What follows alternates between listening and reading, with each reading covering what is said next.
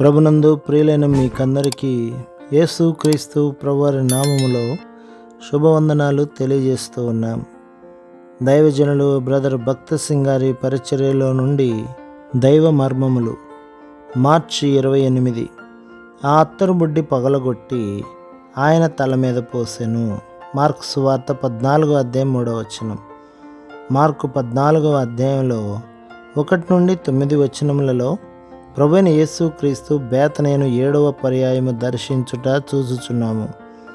ఇదే సందర్భం మత్తయి సువార్త 26వ అధ్యాయంలో కూడా కలదు. మత్తయి సువార్త 26వ అధ్యాయం 2వ వచనంలో పస్కా పండుగకు 2 దినముల ముందు ఆయన తల మీద అత్తరు పోయబడినని వ్రాయబడి ఉన్నది.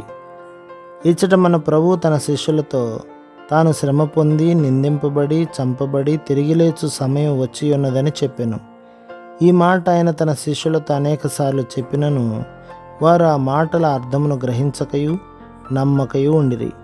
అయితే స్త్రీలు మాత్రం ప్రభువు చెప్పినది నమ్మిరి. ఆ కారణము చేతనే మరియ ఆయనను అభిషేకించుటకై వచ్చెను.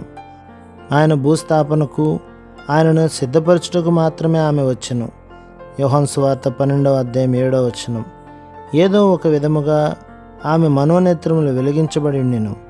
అందువలన ఆమె ప్రభువైన యేసు తన ప్రాణమును ఇష్టపూర్వకంగా లోకమంతటి కొరకే అర్పించబోచున్నాడని గ్రహించెను. ఆ స్త్రీ ఒకవేళ తనకు కలిగి ఉన్నవన్నీ అమ్మి ఆ అత్తరు కొని ఉండవచ్చును. అయినను ఆమె ప్రభువైన యేసు నద్దకు ఆ అత్తరు బుడ్డిని తెచ్చి పగులగొట్టి ఒక చుక్కైనా మిగిల్చకుండా ఆయన శరీరమంతయు అభిషేకించబడినట్లు ఆయన తల మీద పోసెను. మార్కు సువార్త 14వ అధ్యాయం 3వ వచనం. ఆమె ఆయనను అభిషేకించి ఆయన రాజులకు రాజని ప్రభువులకు ప్రభువని తనకై మరణించి తిరిగి లేవనైన రక్షకుడని గుర్తించెను. ప్రభు మిమ్మును మీ కుటుంబమును మీ సంఘమును దీవించి ఆశీర్వదించునుగాక. ఆమేన్.